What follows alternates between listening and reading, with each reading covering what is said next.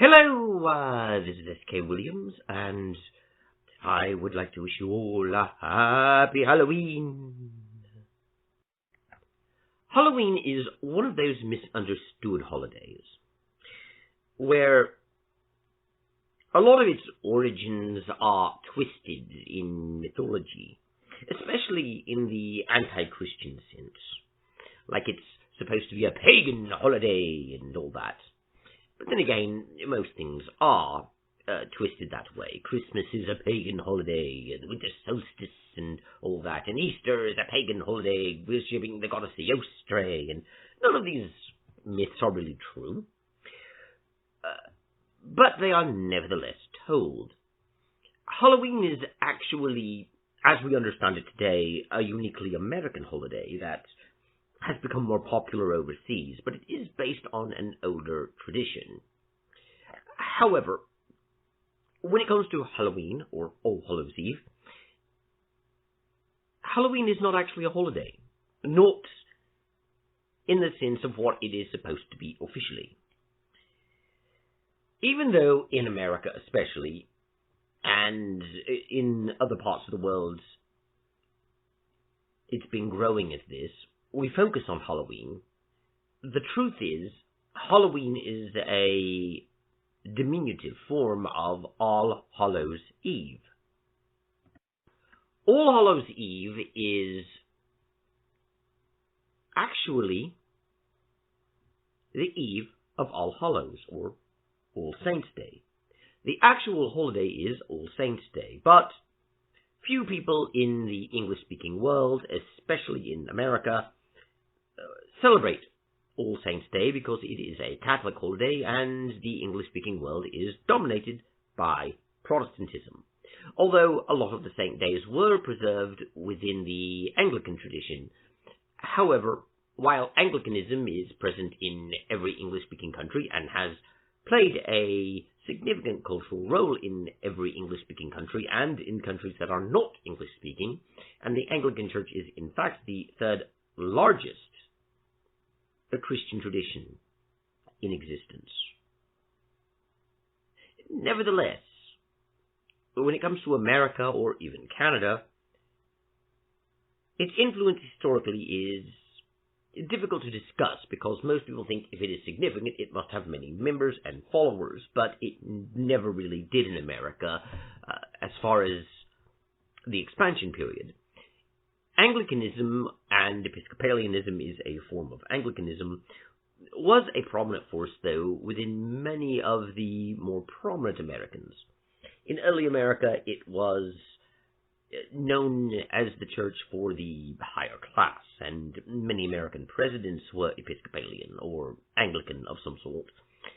It's difficult to tell in the Revolutionary period because they go from being the Church of England in the colonies to being the Episcopal Church. And I will go into the history of that at another time.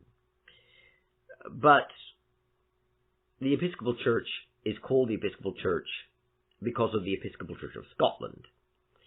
And after the American Revolution, none of the bishops felt that they could continue because they took an oath of allegiance to the king.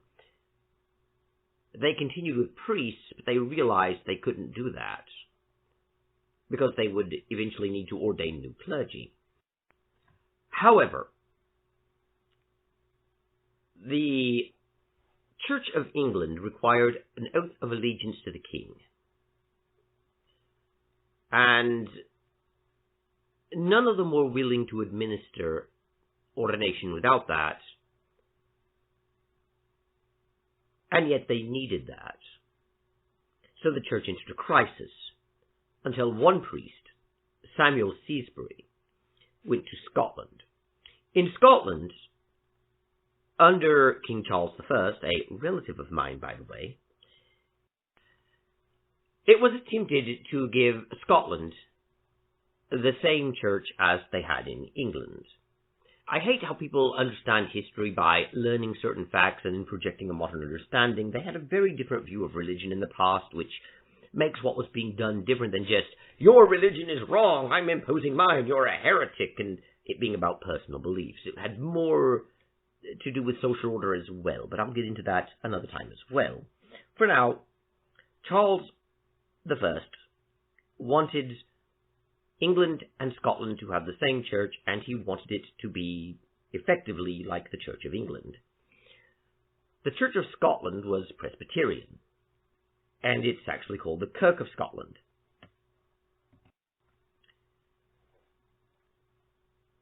They did not want to go the way of the Church of England, and they had quite a bit of controversy and problems with this. But when all was settled, there were many churches in Scotland, but there were two main ones. The official church was the Kirk of Scotland, the Presbyterian church. But the church that Charles brought in, the Church of England in Scotland, for want of a better term, remained and did gain some followers. And it became known as the Episcopal Church. The reason being that one of them was led by presbyters, hence Presbyterian, and the other was led by episcopers, or bishops, and it became known as the Episcopal Church. The Episcopal Church did not require an oath of allegiance to the king, though, and that was for historical reasons, given the controversy.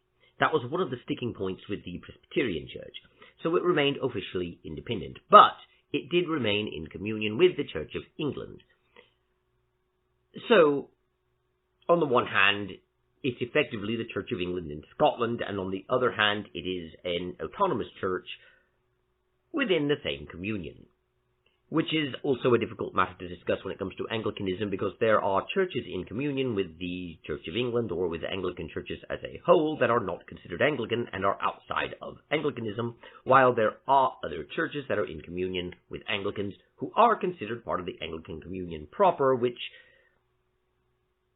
again, I'll have to get into later, but in effect, they are seen as an autonomous division within the same church, for want of a better term now. Still, they were not required to take the oath of allegiance. So, Samuel Seasbury left America, went to Scotland, was ordained a bishop, and came back, and, for the most part, the episcopal ordinations in America trace back to Samuel Seasbury, the first bishop of the Episcopal Church. It is often said all of them trace back to him, which I suppose in a sense would be true, because without him there would be no Episcopal Church to be ordained in, but there were some people who defected from the Catholic Church or joined in from the Old Catholics, and there are some who were ordained by Old Catholic bishops because the Old Catholic Church went into communion with the Anglicans, so have Orthodox churches. And of course there are people who leave the Old Catholic Church, or who leave the Orthodox Church and become Anglican. And their ordination is recognized by the Anglicans, and if they ordain people, they would carry on that succession. But still, the Episcopal Church preserved its bishops through Samuel Seasbury. The Episcopal Church, of course, has different branches and divisions and prominences in history. But the saint days were somewhat preserved. And All Saints' Day is, in fact, within the Book of Common Prayer as one of the official holidays. And the Episcopal Church, while in America never the church of the majority of people, except perhaps in certain specific areas, was nevertheless influential because it was the church that many prominent families came from, and many U.S. presidents have been Episcopalian. In fact, at least at one time, more presidents had been Episcopalian than any other church. That is not to say that there have been more Episcopalian presidents than any other, but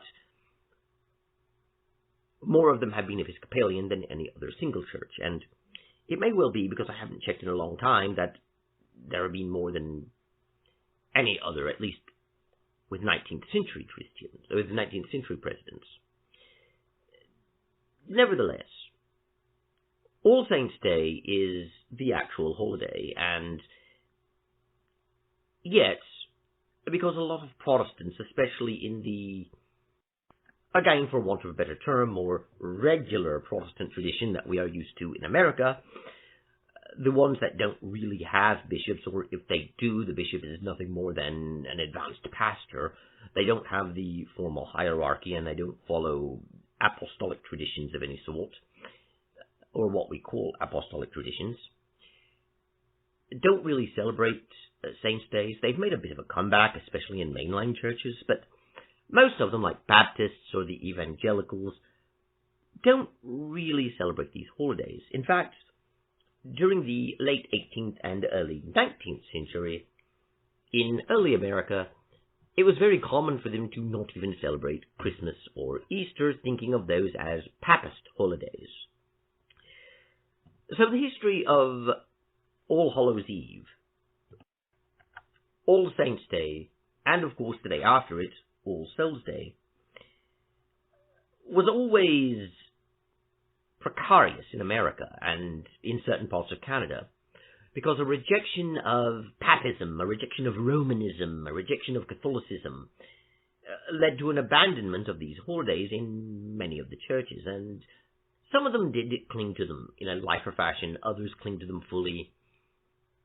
But outside of Catholicism, you really only had Anglicans who were preserving them as official formal holidays. Methodists, who were basically a branch of Anglicanism, also preserved them but did not emphasize them. Baptists, Presbyterians, and many of the others just simply did not observe holidays. In the 19th century, this started to change, and more started celebrating Christmas and Easter, but not the others. And in the 20th century, we saw a greater recognition of these other holidays, at least to some degree, by other churches. Which is why Halloween became so prominent to us. Because during the time when people weren't really celebrating holidays, or were only celebrating Christmas and Easter as far as churches were concerned, people started reviving these customs, thought they were a bit fun, and gradually, somehow, people latched on to the observances that were being done before All Saints, and our Halloween was born.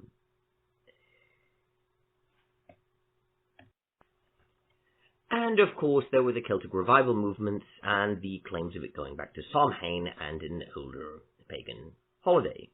This is actually more contested by historians than people realize, but it is nevertheless a part of the history, at least for now, and even if it is disproven, it would be part of the history of how people understood it. And Halloween does speak to our need to talk to the dead, to have a veil between life and death, to talk to the spirit, and it is understood at that time when the spirit's world's borders with our world are the thinnest, and when the spirits can come and go as they please. That is why we are told we wear masks and costumes, to frighten away evil spirits, or to join them so they do not take us, for they will believe we are they, a form of camouflage, if you will, as the spirits roam the earth. Nevertheless, it is an interesting day, and it is an interesting time. And yet the real holiday remains All Saints' Day, to celebrate all saints, and All Souls' Day, to celebrate all the souls who will eventually become saints, and mostly who are in purgatory or perhaps still alive. And it is a great celebration that unites life and death, of celebration that speaks to something human about the whole cycle of our existence here in this mortal plane, of our entire life, and of our death, and of our ultimate destiny. And it is a time that should be remembered both with sobriety and clarity of thought, but also with jubilance and celebration. An odd holiday that mixes the sacred and the profane, that mixes life and death, that mixes anxieties, terrors, and fears with happiness and joy, and shows us the range of life, its contradictions, its changes, its flows. And for that reason, it is one of my favorite holidays. Such contrasts, and yet encompassing all that we experience in life. I shall take my leave of you now. and I shall make 2 more Halloween videos. A bit different than this one, a bit more focused as well, to be released periodically. Until then, I bid my adieu. Thank you. God bless, and goodbye.